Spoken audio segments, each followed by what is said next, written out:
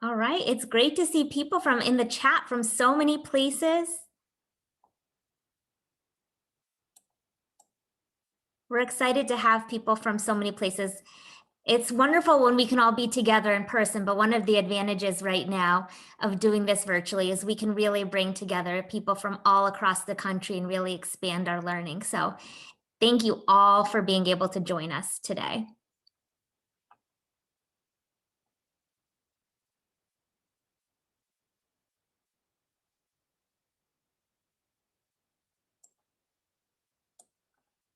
All right, so we can just go ahead and get things started. So again, thank you everyone so much for joining us today for our first panel in a series of 3 panels focused on race and culture in adoption and foster care. These panels are being co-sponsored by the Center for Advanced Practice at Adoption Rhode Island and the NAACP Providence branch. And so they are proudly kicking off this 3-part series. Today, we're going to be hearing the perspectives of foster and adoptive parents. Next week, same time, same place, we're going to be focused on transracial multicultural families. And then on October 29th, we'll be coming together again to be hearing the perspectives of former foster youth and adoptees. So we are very excited to have you all here today for this first panel. And we are going to get things started. And so just a couple technical things before we get started. There is a Q&A feature at the bottom. So I know a lot of you submitted questions in advance of today. If anything else comes up, please feel free to use that Q&A feature to submit any other questions you might have, and I'll monitor that.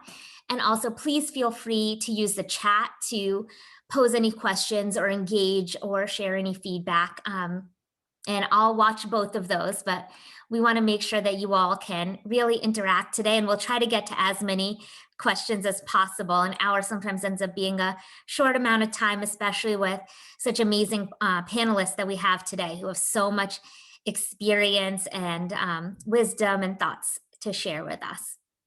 And so let's go ahead and get started. And I am very honored and excited to introduce our facilitator for today, my friend, and also our wonderful facilitator, Angie Ancoma.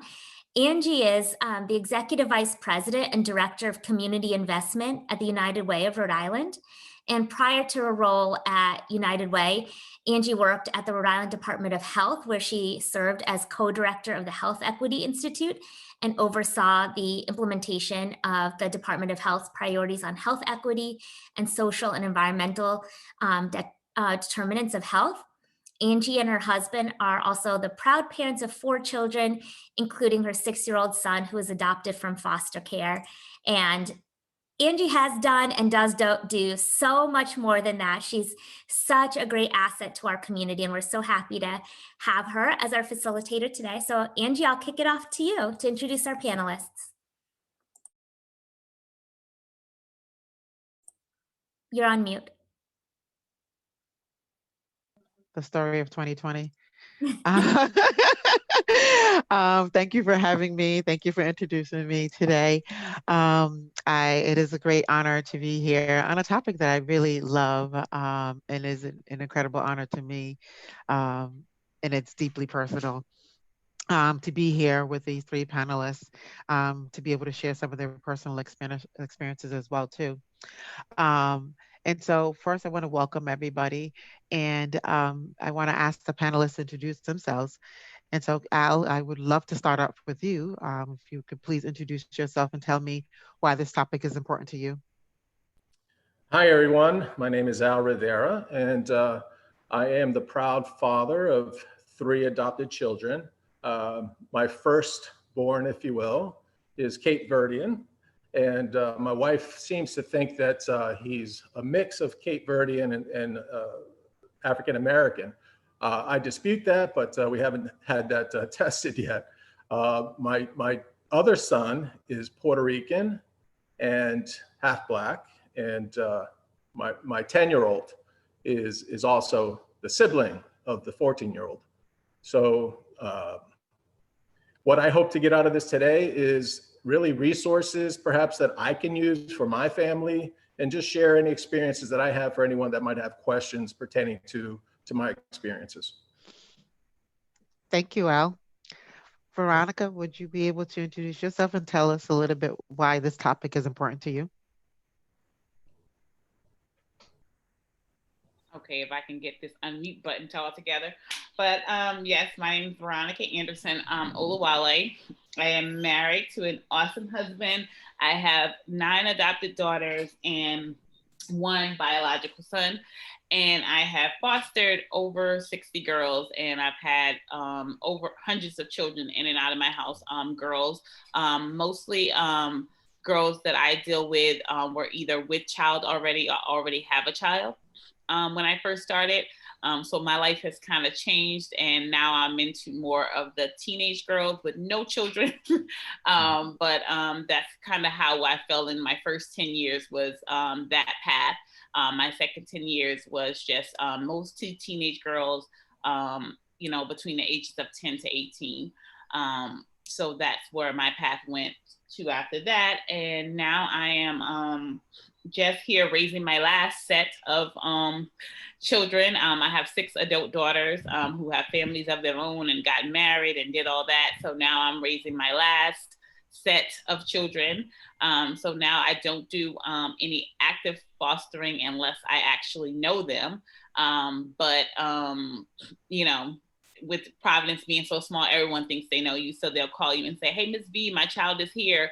Can you take them? So that's where more I'm at now, more of a referral kind of foster care, not really active, but I am active in the community with children who are currently in the system, are friends that know of. So I do that kind of mentoring to foster parents in the system. And yeah, that's where I am now, getting to the end stages of having children like biologically in my home. So that's where I am now. Thank you. That's impressive. Yeah. Kareem, would you introduce yourself? Thank you, Angie, and thank you, Adoption Rhode Island, for allowing me to be on this panel. My name is Kareem Canston. I have fostered 4 girls. 1 we adopted, which is a 4-year-old girl that my wife and I, Deborah, have, who's mixed race, white, Black, Native American, and we currently have her 3-year-old sister who is white, that we're trying to adopt. So this topic interests me because I think it's important to share information as a foster parent or adoptive parent about trials and tribulations that you've been through. Thank you. So we're going to start our panel off with a couple of questions. And so the first question is really, what's been the most rewarding aspect of being an adoptive or foster parent? Al, why don't we start off with you? I guess what's most rewarding is knowing that I'm doing something good. I'm like I said before, I'm a proud dad, and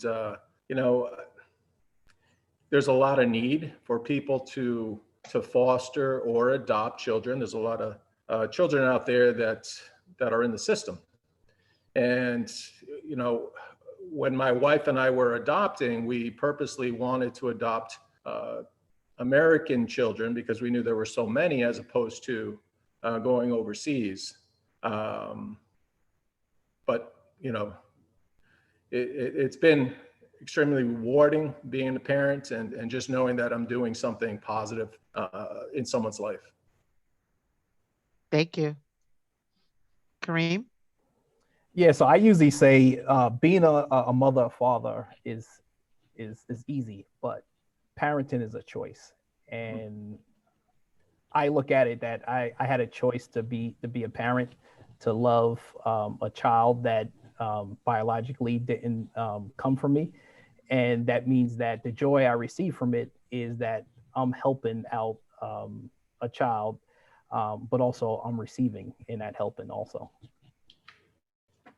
Yeah. Thank you. Veronica?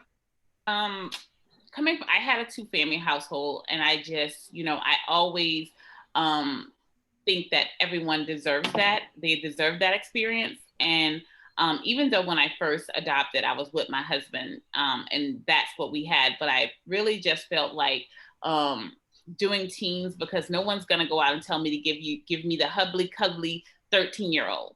And I felt like those kids were missing out on things because they are not an infant. They're not a toddler. They come with a lot of baggage. So I just always felt so fulfilled at knowing that, seeing my girls now from when I got them, just knowing that love and caring and just being present will bring them through all of that. It may look rocky right now, but the results, even before I saw results, I always knew that they would come to a stage where this would be their past, and they would tell everyone about their past and get to have a different story. Because I always believe that what they've been through is not who they are. And not who they can be. So that potential and seeing that, my grandmother, just to give you a backstory, she had 21 kids of her own, and she adopted another 27 children in Mississippi when it wasn't popular to have, kids that didn't belong to you and you couldn't feed them. So my grandfather had a full-fledged farm, and he was a pastor, and my grandmother was a dressmaker. So I've always grown up around children that didn't look like me. Like I have Asian aunts in Mississippi. And that just wasn't something that happened. So to know what their stories and to grow up with them, I didn't see Asian, I saw aunt. I didn't see white, I saw an aunt. So I just felt like, children deserve that. No matter what color you are, they don't see color when you're loving them through their pain. They don't see color when you're, waking up 2:00 in the morning when they're screaming and crying. They don't care what color you are. So that's what I get out of the satisfaction of knowing that the next stage of their life will not be what they went through. So. Thank you, Veronica. Each of you've kind of touched on race a little bit and your experiences with being a personal or as a adoptive parent. What role do you think that race and culture play in adoption? And what are some thoughts on overcoming that? If you think race does play a role. Wow, you're opening up a can of worms now, Angie. But race does play a factor. Mm-hmm. But if you are a person that loves people, no matter what color they are, everybody bleeds red, right? And we have to get over, and this is for everybody that's listening, even the people that take care of our kids in the system. You have to get over the match is going to be a person that looks like them, all right? And find a good family that they could go to, no matter what race they are, because as you know, the statistics of especially Black young boys or Black kids in the system they stay in the system longer. And if we could kind of say, listen, here's a child, no matter what color they are, can you help them out? Can you put them in a stable home? And we need to start talking that way versus saying, let me make a good match based on race. All right. And it's just about how can I find people that's going to care for children? And also finding them, but making sure they have resources. Things I used to be a part of, they don't no longer exist anymore in the system. I was a mentor with Foster Forward for foster parents for years. And then that program kind of got outsourced and they don't have those supports. But to have real-time people that can call you back, a DCYF worker can't call you back at 9:00 at night. We did. And those things are all gone now. They've been budgeted out because they have therapy now, but the therapist can't call them. So those kind of things, when we did foster care 10 years ago, I think they should relook into those kind of things where people got support, because you bring home this 2-year-old or this 4-year-old and this happily bubbly 11-year-old who's had all this trauma. And at 9:00 at night, the families don't know what to do. So by 10:00 in the morning, when they talk to the social worker, it's like, I don't want to do this anymore. This is too hard. This is too much. So I think supports is what you have to deal with. And that's not with just minority children, that's with all children. And so the question says, how do we keep these families? These families will stay if they have supports, but with minority children, they need, I don't want to say they need a minority support, but they do need a different kind of support system to say that Jasmine or Tamika, they act differently because of this. Just give you one instance. My daughter Amanda, she was Asian. No one told me how to deal with the Asian. I had to literally Google what to do and not to do, because there are some things that they've grown up in their mind are disrespectful. So she couldn't wear shoes certain places, so she would sit in the hallway. So I, as a parent, should have been told, like, she's, this, and this is what's going to happen. I had to Google that on my own. I had to, Google things that she felt that were disrespectful kinds of foods. And, so I think that to get more parents to take minorities, it has to be supports. It has to be, things that our children, they just need. And, that's whether Black, white, or whatever, the trauma is the same, but the things that they need are different. Mm-hmm. And resources can help people stay. Foster parents don't stay these days, and I get them, and I know, because there are no resources. The caseworker is going at 5. So those are the kind of things that I see personally. And I get those people because they say, oh, call Miss V. She used to do foster care. And I say, okay, well, this is what you need to do. This is what you do to get through this crisis. Because, the crises are what make families don't want to do it. They can't handle the crisis alone. If you never had a 5-year-old minority kid running around punching walls, you don't know what to do with that. And he was good all day, all morning from 9 to 5, he was great. But now at 7 o'clock at night, he decided he didn't want to take a bath, but we need to work through what he's going through. So that's kind of my spill on that. Sorry for going off. Thank you. No, it's really helpful and thoughtful.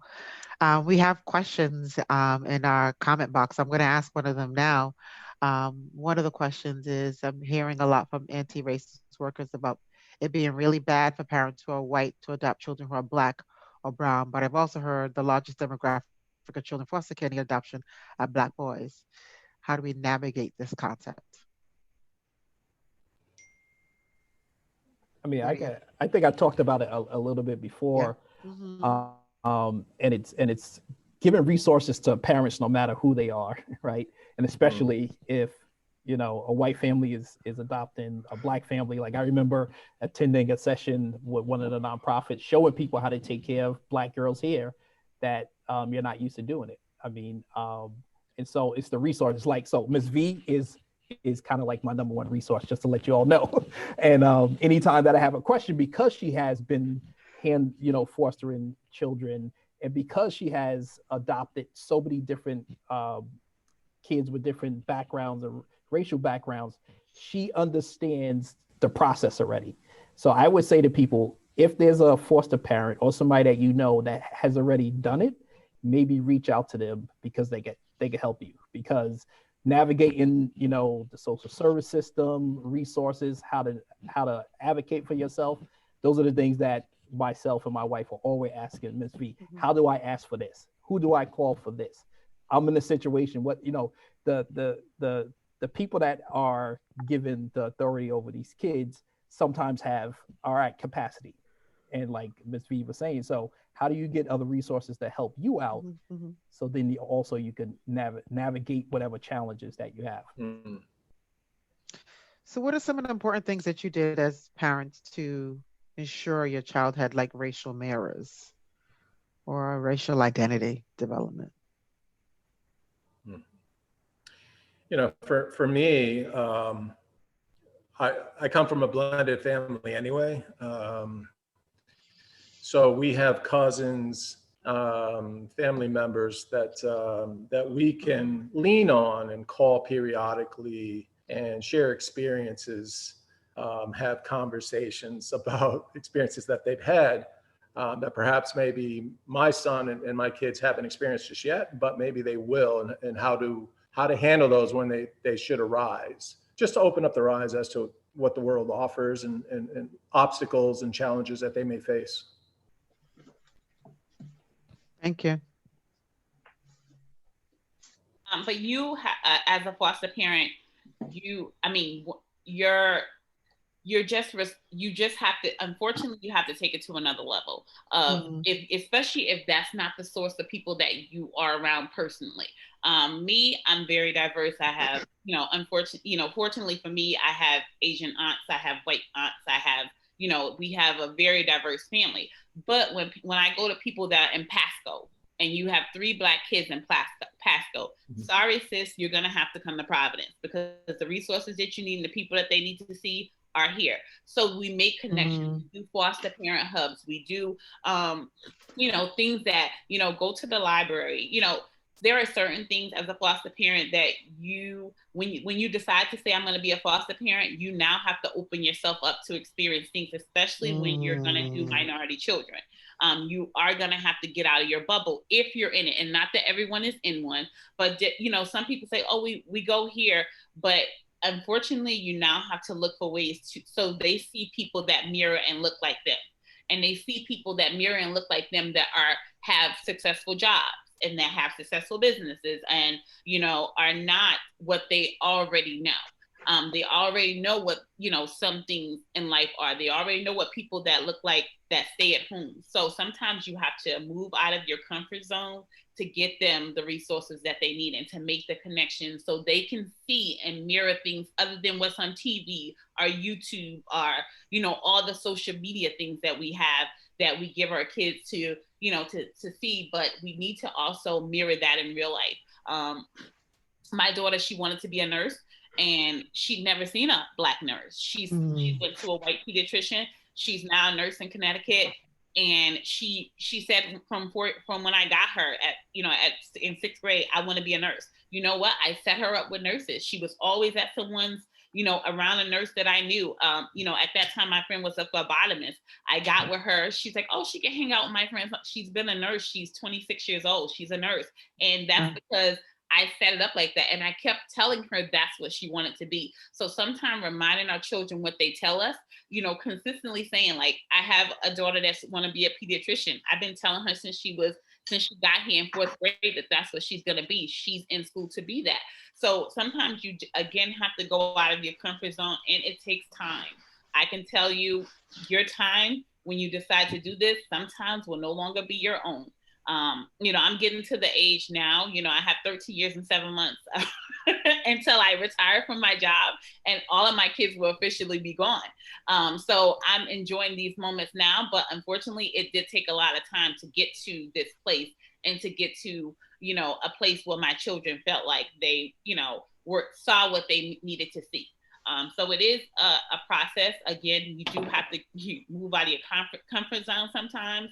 And not saying all the times, but just, little movements, a weekend here, a day there, whatever it takes, kind of. Thank you for sharing.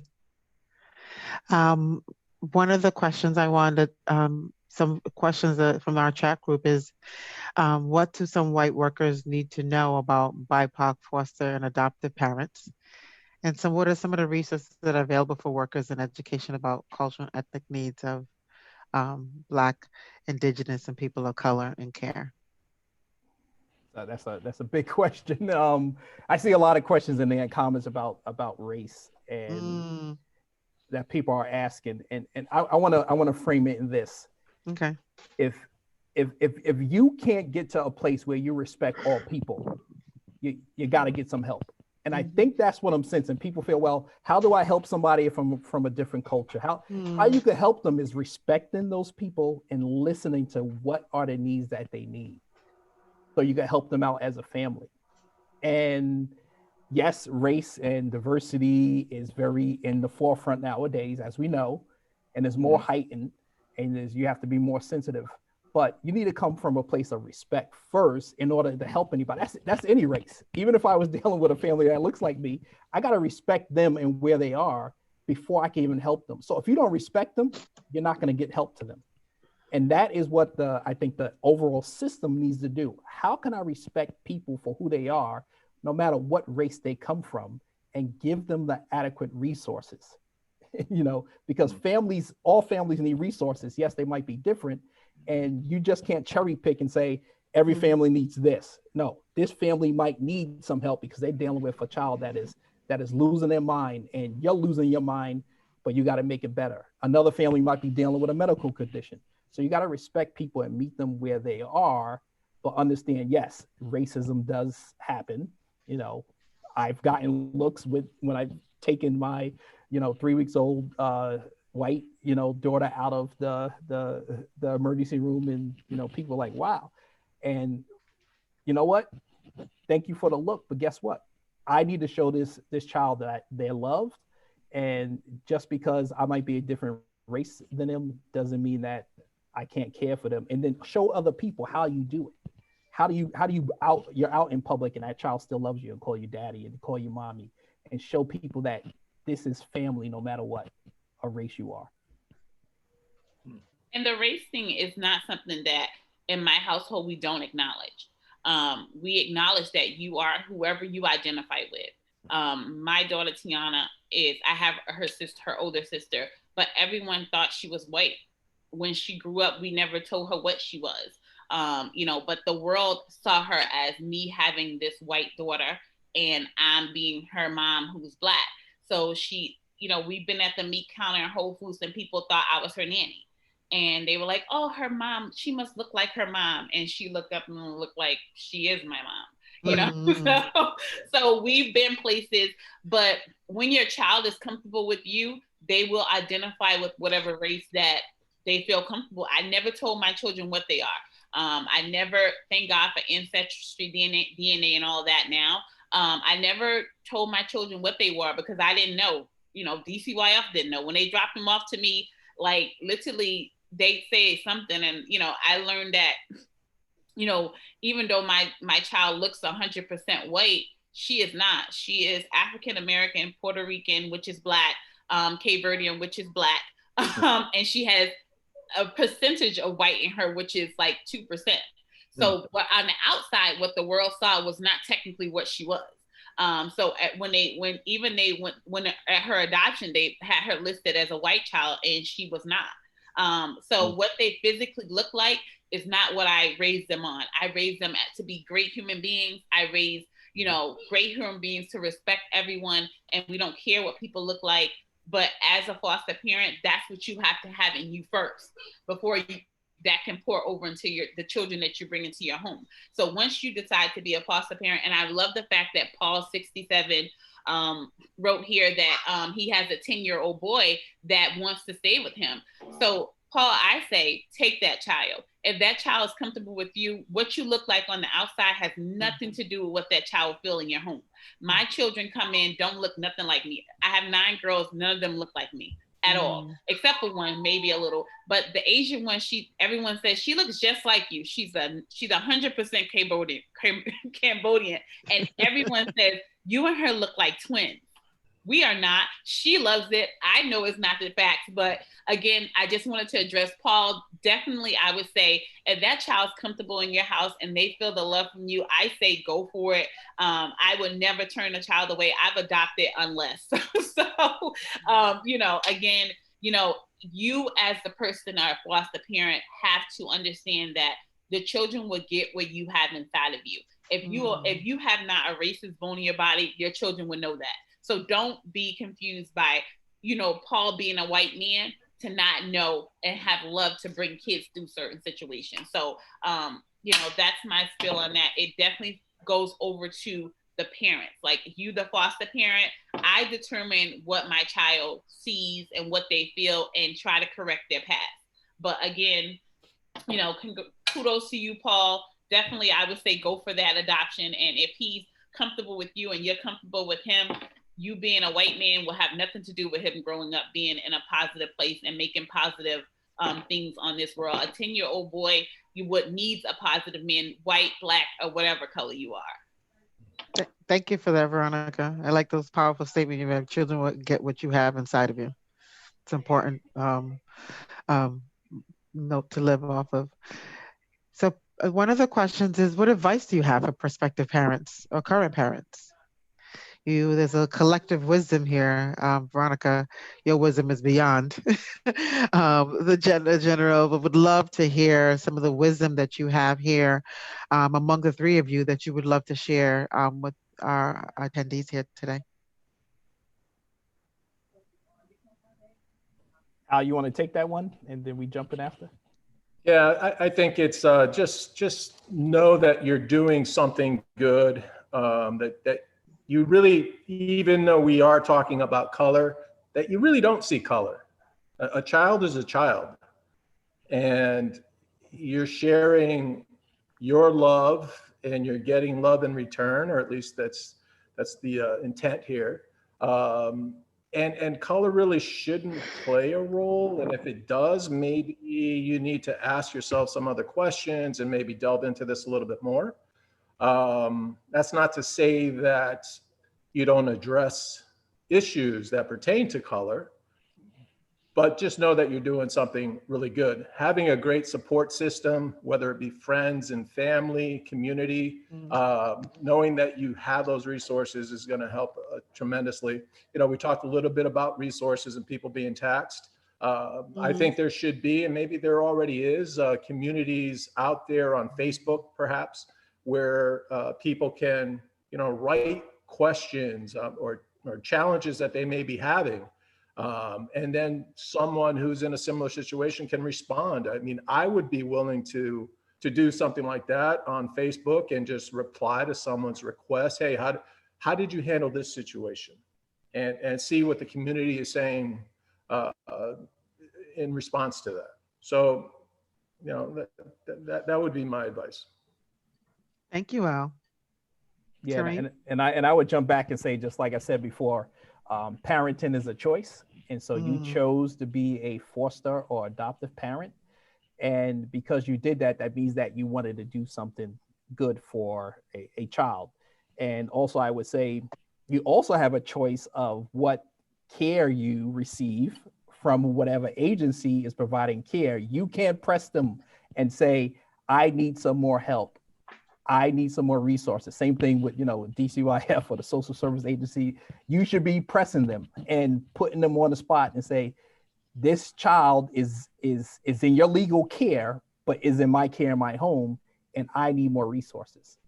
And keep on asking and I do that all the time to a point where I was telling my wife, I wish I was the lawyer for my foster child, because I probably could do a better job presenting the case for this child's permanency plan. And so you as a parent have a choice to ask for resources and demand them also for the betterment of the child. And your agencies have a lot of resources. So if you're with an agency, the agencies, I was always directly through DCYF. I've never had an agency, but I have some of these agencies are amazing. They have loaded with resources. You have to just ask. And the thing is too, is that the ones that don't have resources, they know people to get them, even if it's not in the agency. People are blessed. And I tell foster parents all the time that are coming into the system, you guys have a lot more resources than we had 10, 20 years ago. The agencies that my people I deal with now have more resources, and they also have things that you guys can, as foster parents can ask for now. We barely ask for anything because we knew we want the parent. So, we couldn't get a haircut. We couldn't get a nails polished. Like literally it was hard back. And I tell people now the agencies and the resources that you guys have now are so much more better. And I saw Robin Perez in here as well. That she was my, person that I would always send people to that wanted to do foster care or adoptive care. But again, your agencies, agencies have changed throughout the years, but all the agencies like Adoption Rhode Island, they're amazing agencies. I still use them. They still call me, and I don't even have any kids with them. So I know the people that are currently with those agencies, they have tons of resources. They will go, get you whatever you need. So use your agency, speak to your agency, talk to your, your DCYF worker. You have to advocate for that child, and they're looking for you to do that. They're not even standing back on it. They're not giving you pushback. Just speak, say, John had a bad day today. Maybe we can look into getting him some other resources like soccer, like, there's Foster Forward for teen kids that need money to be out there and do certain things. There are so many resources you guys have. You definitely have to know how to get them. And again, my name, is Veronica. most of the agencies do know me. So, definitely use your agencies. These agencies are not doing these things. The agents I recently now, I've never seen an agency that slacked. So, again, use your agency, call your worker, advocate for your child, and you can get the resources you need. If you don't, then there's something, some things they can't do, but the agencies now, and I just want to toot the horn of the agencies, they are amazing. From 10 years ago, the agencies have really stepped up with getting these kids the resources and things that they need. Right. Thank you. And so a number of you talked about race. How have you handled if a child in your care has experienced discrimination? I'll take that one. Very openly. I experienced racism when I was growing up. I grew up in a predominantly white environment, and I took with me a lot of the experiences that I had, but always made it a positive. I think a lot of racism is just ignorance. And once you can get past that, you can deal with it. And but it exists. And so just having conversations with my Black son, he's 15 years old, he's going to be driving pretty soon. Unfortunately, with the political and social climate that we have currently, I'm one of those dads that have had the conversation of, what you should do if ever you are in a certain situation. And we currently live in a predominantly white town. And, he's already experienced it. So it was a lesson. Just to go into it a little bit, he was with his white friends, and some of them were throwing rocks at cars in a parking lot. He wasn't doing it, but when the cops saw that these group of kids were doing it, the only one he singled out was my son. So he had an experience, and I got involved. I got called by the cops, and the line of questioning had to do with pretty much insinuating that my son was the person. And thank God that a couple days later, one of the other kids confessed to it. But he got to experience firsthand how society and the systemic racism that exists can affect him. So he's very aware of it. That's not to scare him by any means, but rather just to show or shine a light to what can happen. And unfortunately, let's be realistic. Young black men have to behave differently in society because of the way people view them. So having that conversation, just being open at any time to have those conversations, the way that teachers in school perhaps may treat him differently, once again, because there aren't many Blacks in high school.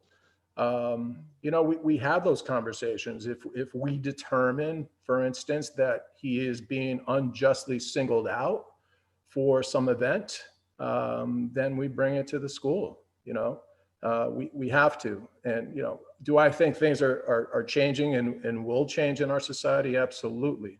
I think they will. They will get for the better. It may, in my opinion, may get worse, in the next few months. But I think eventually these things will get better. But you can't ignore it. And so we just have open conversations about it. Thank you, Al. Anybody else want to add anything? Well, just having girls that have been to college, I had to have the conversation because my daughter who went to nursing school went to a predominantly white school. So I had to, have the conversations, which she already kind of knew, but it's hard as a parent to not send your child out there and let her not know. And kind of glad I did, because some things happened where some things got broken in the dorm and she wasn't a part of it. But as her mom, because she was the only minority there, she was singled out. And, the kids were like, no, she wasn't anywhere here. She lived on the floor. She wasn't here. They had to step up and say she wasn't there. But as a mama bear, I'm attorneys in lock, let's go. And my husband's like, why are we bringing the attorney? Because they need to know I'm about my kids and I don't play. So my husband was like, but to have that experience with her let me know as the girls went on to college that were in non-diverse, I had to have the conversation because I had a little bit with her, but not much because, you know, she's a girl.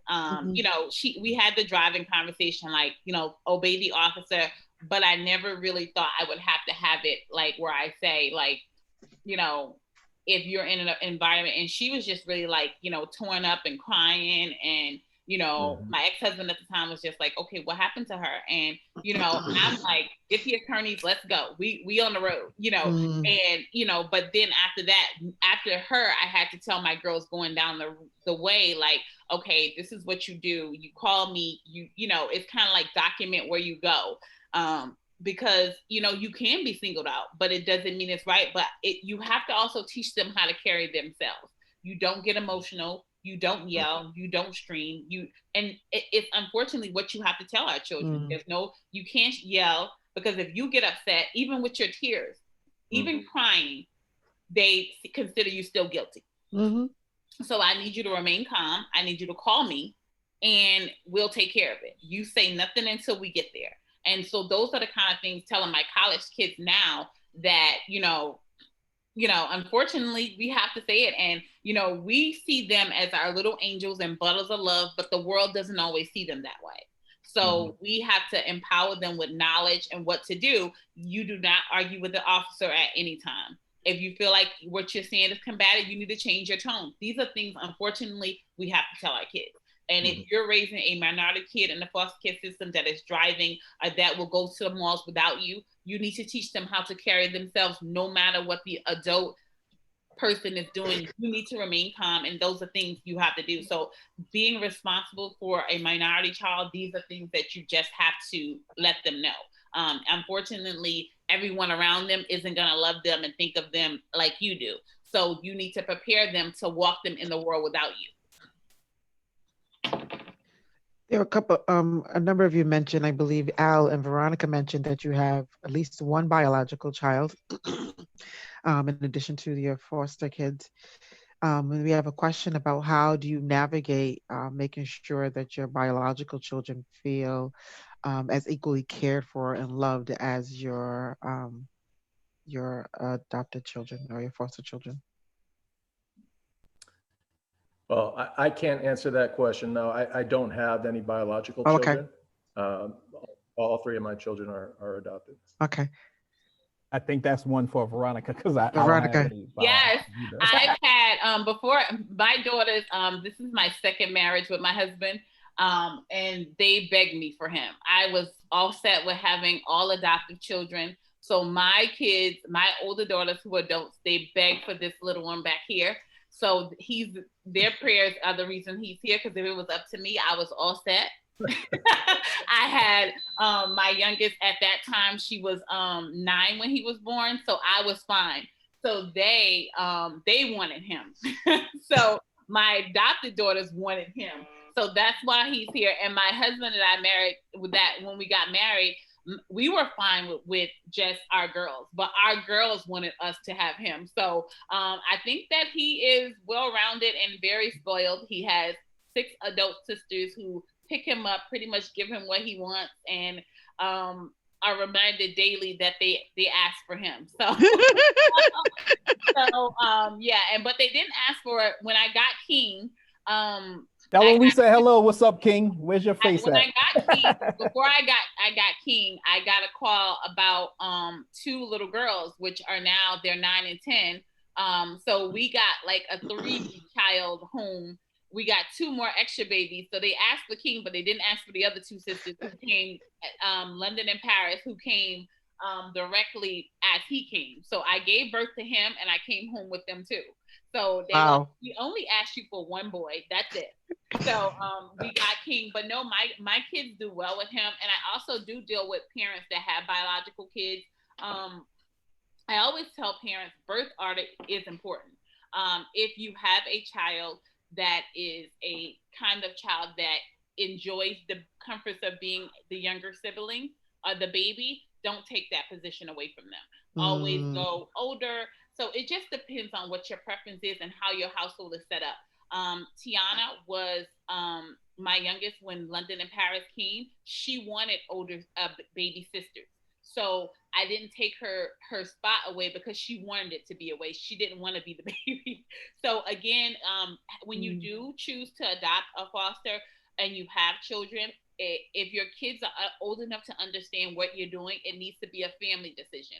It should be, this is what mom and daddy think we want to do. You know, what age do you think you should get? Because changing the dynamics of a biological child's home can also now leave your own child in trauma that you didn't plan on it. So trauma can't come from biological kids as well. So I've dealt with foster parents who had older kids out of the house and they were resentful because they're like, well, when we were home, we didn't get that. You guys are doing this. So even with your adult children, it has to still be a check in. This is still your family. This is still your position. So again, check in with your kids to see, you know, how they feel about it and what do they feel, because you can't come bringing home kids to repair kids and tearing up your own kids. So you can't do that. You can't tear up and have your kid going through trauma to help another child. So trauma can be experienced, and I've seen kids and families that have trauma. They are now adults, and they say, "I resent you because I didn't feel like you were giving me a lot of attention, and now you brought home 3 kids, and they're great, and I'm still traumatized." So again, definitely check in with your kids to see, you know, what they think about it. And you don't need their permission, but you are going to need their cooperation, because that's going to be their sibling. They're going to have to interact and now share their space, share your time with someone else. So it is definitely good to check in with them. Again, not to ask permission, but they are part of the household as well. So definitely, you know, check in. That's very helpful perspective. Thank you for sharing that. So we have a few more minutes, and I think I'm going to ask this maybe our final question. What have been the most successful strategies you've seen families use to recognize racial differences?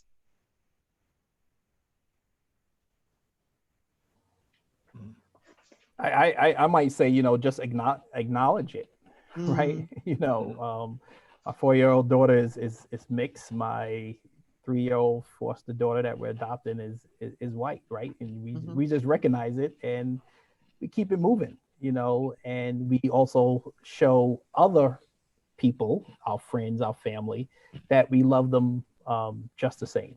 And that actually is showing our family, our friends, but also the world that you can love people no matter what race or background they come from. And, you know, I also would just want to say Mrs. Veronica needs to have like a talk show and answering questions for families, because I agree. I agree. And let me tell you the reason why, right? She passed my name and my wife's name and number to somebody, and they found out about us, and that's how we got our first foster child. Wow. And you know, she's been a great resource, but she as a person has went beyond what it is to be an adoptive parent, be a foster parent, but then also helps other people out, not even getting paid for it.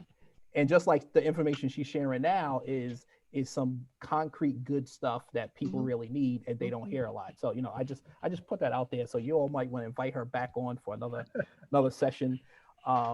But you know, this is the time for people to step up. We need more people, more families to step up and to be foster parents, to be adoptive parents, because there's kids staying in the system too long.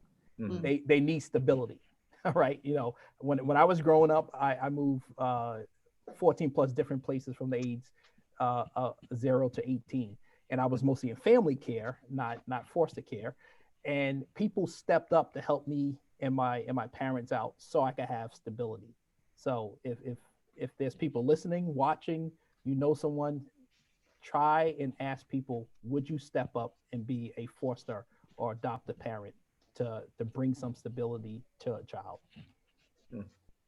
Thank you for No, that. I do not need a talk show because I am real stretched with the referrals from the Camptons. I literally have a group chat with all new foster adoptive moms that I met along the way, and and I don't get paid for it. I love to do it. Like, I love talking about foster care. I love kids in care. I love making sure they have the resources they need. But to just go back to the cultural aspect, I've had Catholics in my home. I've had Buddhists in my home.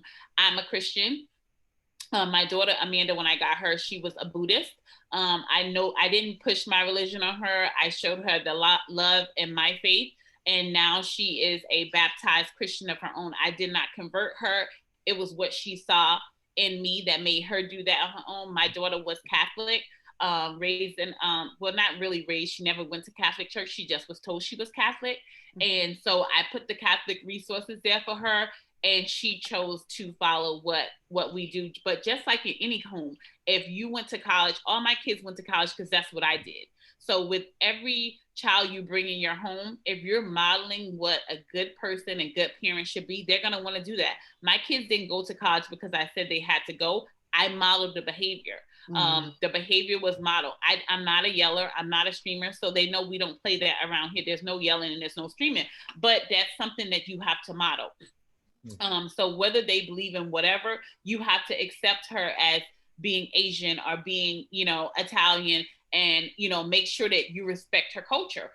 You respect that culture because you say, oh, they having this week on Federal Hill. How about we go? And then she goes, she likes it or she doesn't, but you present it to them because you don't want them to, you want to be a culturally acceptive kind of life. I've never known some things with my girls. I've never been through more religious things in my life but I always wanted to be the person to make it available for them. They all chose Christianity just because they were raised in my home, and that's what I portrayed. They chose college because they were around college graduates.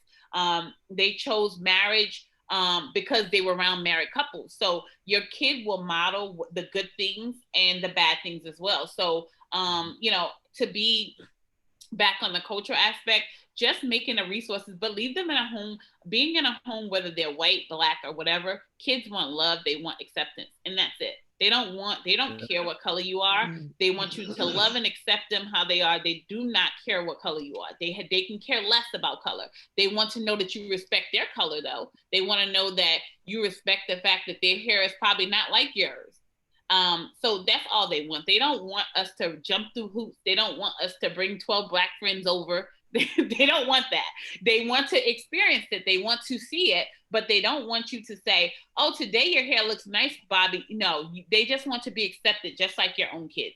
And don't say, I always tell parents, they're like, what should I say when she says, you treat her just like you would treat your son, but accepting the fact that she's different. And that's it. But no, I don't need a talk show. My phone was blowing up yesterday. I don't need, I do word of mouth referrals, and I help the people I help because they're friends of a friend, or I meet them somewhere in a grocery store, Whole Foods, or somewhere. And that's usually how I get connected with people. They'll say, is she your daughter? And I'm like, no. They'll say, I have a daughter with her same kind of hair. Can I call you? And I say, yes, you can. So that's how I do it. If you meet me somewhere and you need me, I'm not going to say you can't call me. So, that's how I do it. So Cream, no, I don't need a talk show. Thank you. I'll be calling you, Veronica. Yes, I'll put my number in the text. Thank you all. I will say that in the world of Zoomdom that we've been in over the past couple of months, this has been my most favorite Zoom conversation so far. Thank you all for sharing so openly and candidly about your experiences on an issue that's so deeply personal and really joyful, and opening up your homes and your hearts to people who are really special in our lives. So thank you. And Selena? Angie. Thank you. All right. Thank you all to Angie for facilitating this awesome conversation with the questions that we had in advance. And also thank you to all the participants for taking the time out of your day to participate today. submit questions. I hope we could get to as many of them as possible, but thank you all so much. As we close out, I again just wanted to acknowledge Adoption Rhode Island and the local NAACP, the Providence branch, for co-sponsoring this and making this available to everyone. I'm going to put in 2 plugs. So November is National Adoption Month. So please follow Adoption Rhode Island on Twitter, Instagram, Facebook, all over social media. There's going to be a month full of events and ways to get involved and do things to honor and celebrate National Adoption Month. And kicking off to the election, the NAACP Providence branch is really going to be focused on an initiative called Souls to the Polls. And so they're going to be accepting donations through their website to help make sure that everyone who wants to vote is able to get to the polls and vote. And also our panel next week, we got to hear today some from our foster and adoptive parents and all of their experiences. And I know we had a lot of things come up about race and equity and love from the parents' perspective.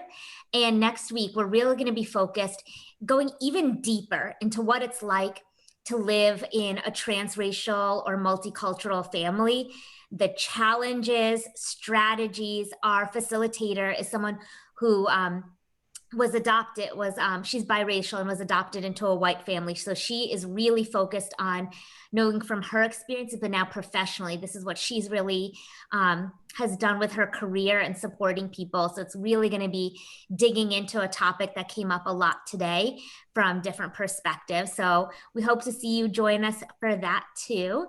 And thank you all again so much for joining us. And we'll make sure that we get you all a recording and we follow up. And thank you again to our facilitator and panelists. Thank you. Thank you. Have a great day, everyone. Thank you You too. guys. Thank you. Nice meeting you. Nice to meet you guys too. Pleasure to meet you. Oh, nice to meet you too. Thank you. Thank you, Kareem. Talk You're to you later. welcome. Hey, Table Bye. Talks with Miss V. We're about to start it. Table Talks with Miss V. Anytime.